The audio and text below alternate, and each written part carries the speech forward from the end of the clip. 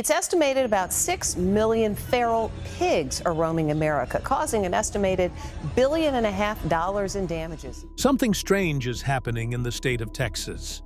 Farmers who have been battling destructive feral hogs for decades are now waking up to a shocking reality. The animals that once destroyed their crops are disappearing without a trace. And what is responsible for it remains the real mystery. Because something out there was killing America's most destructive invasive species, and nobody could identify what it was. At first, it sounded like a rumor, but when wildlife experts investigated which silent predator was actually behind all of this, they made a strange decision to evacuate the area, completely, not because of danger, because the killer they found was so unexpected, so valuable, that they could not risk a single human scent disrupting it. This is the story of the mysterious disappearance of America's feral hogs, and the answer was something no one saw coming. Let's get into it. The hog problem. To understand why this discovery shocked so many people, we first need to understand just how bad the feral hog situation in America really is. Today, the United States is home to an estimated 6 to 9 million feral hogs, roaming freely across at least 42 states. Texas alone holds around 2.6 million of them. And wherever these animals go, they leave destruction behind.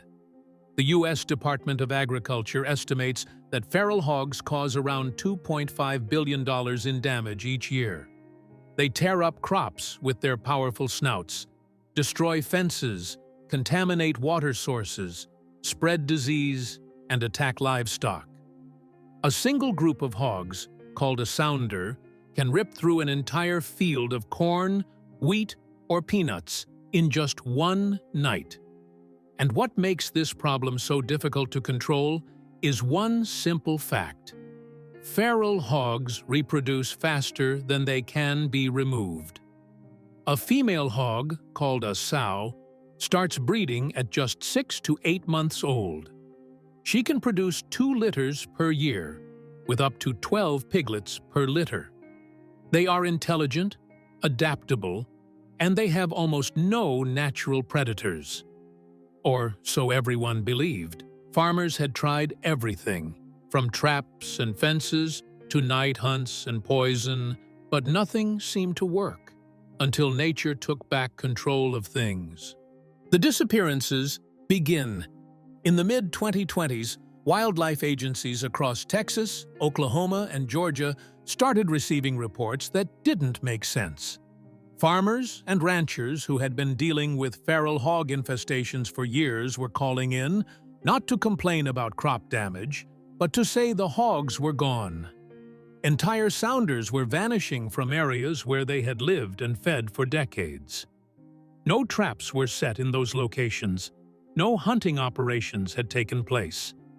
Officers walked the land and found no bodies, no blood, no drag marks.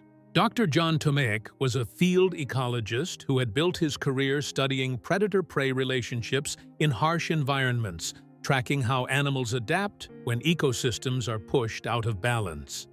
Now he was tasked to find an answer where there were no clues. Dr. John Tomaic and his team placed dozens of motion-activated trail cameras across the affected areas. Every camera was configured to capture footage at night, because feral hogs are most active after dark. For 3 weeks, the cameras recorded in silence. Deer passed through. An occasional raccoon crossed the frame, but nothing unusual. And then the footage showed something that made the research team stop in their tracks. A predator was appearing repeatedly near the exact locations where entire hog groups had vanished. And it did so with remarkable stealth and precision. So what was this animal? And how had it managed to do what hunters, traps, and government programs had failed to accomplish for decades? To everyone's surprise, this animal was the coyote. And what they were doing was absolutely mind-boggling. The coyote strategy. Now, here is where the story gets truly remarkable. A coyote is not the animal you would ever expect to bring down a feral hog. A full-grown coyote weighs around 30 pounds. However, a full-grown feral hog can weigh 200 pounds or more, armed with sharp tusks and a fearless, aggressive nature. But the camera footage showed something completely different. These coyotes had developed a highly coordinated hunting strategy, and they were targeting the single most vulnerable point in any hog group: the young piglets. Here is how their strategy works. First, they would arrive quietly and stay downwind, moving low through the brush so their scent wouldn't reach the nest. Sometimes they crept so slowly they barely seemed to move at all. Then they spread out, forming a loose circle around the area, each animal taking a position just outside the mother hog's line of sight. Sooner or later, the mother hog would leave the nest to feed or drink. That was the moment the coyotes had been waiting for. The instant she moved far enough away, everything changed. One coyote stayed back. The others slipped forward quickly and silently, heading straight for the piglets. They didn't attack wildly. They didn't grab at everything. They chose the weakest one. In a flash, one coyote snatched the piglet, clamping down with a single bite. No struggle, no noise. Then they were gone, vanishing into the trees almost as quickly as they had appeared. The entire raid lasted only a few seconds. By the time the mother hog realized something was wrong and charged back toward the nest, there was nothing left but disturbed leaves and fading paw prints. Researchers were stunned. Coyotes usually hunt alone or in pairs, not as coordinated teams like wolves. Seeing them divide roles, wait for the perfect moment, and strike together was rare at this scale. Scientists analyzing coyotes from these areas found fresh piglet remains in their stomachs. The evacuation. The real reason the evacuation was happening was not panic. It was realization. For the first time, the data showed that the coyotes were not just present. They were keeping the feral hog population in check. For years, wildlife programs across the South had focused on reducing coyote numbers. Between 2017 and 2020, several states even offered bounties of up to $75 per animal. Tens of thousands of coyotes were removed through trapping, aerial gunning, and hunting, all based on the belief that fewer coyotes would mean fewer problems for ranchers. In some parts of Texas, researchers estimate that more than 30% of piglets disappear each season, largely due to coyote predation. Studies from Fort Hood even found fresh piglet remains in nearly 1/3 of examined coyotes. And that small change makes a huge difference. Feral hogs already cause over $500 million in damage each year in Texas alone and roughly $3 billion nationwide.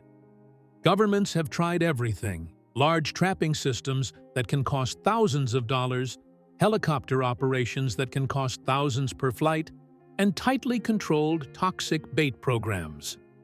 Yet even after major removal efforts, hog numbers often bounce back within a single breeding cycle. Coyotes, however, required none of that. They hunted every night. They targeted the piglets before they could reproduce. They moved through thick terrain that humans could barely reach. And they did it without costing a single dollar. That was why no one wanted to disturb the area. Too much human activity could scatter the coyotes, disrupt their hunting patterns, or push them elsewhere. If that happened, the natural pressure holding the hog population down could disappear almost instantly, and the hogs could surge back within months.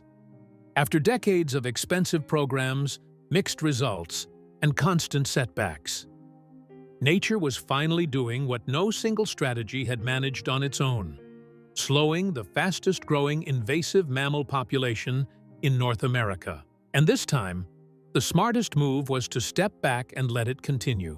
So this was the story of how sometimes the best solution isn't to fight back against nature, but to step aside and let it restore the balance itself. If this story surprised you as much as it surprised us, smash that like button. Also, hit subscribe and let me know other wildlife mysteries you want us to cover next in the comments below. We'll see you next time.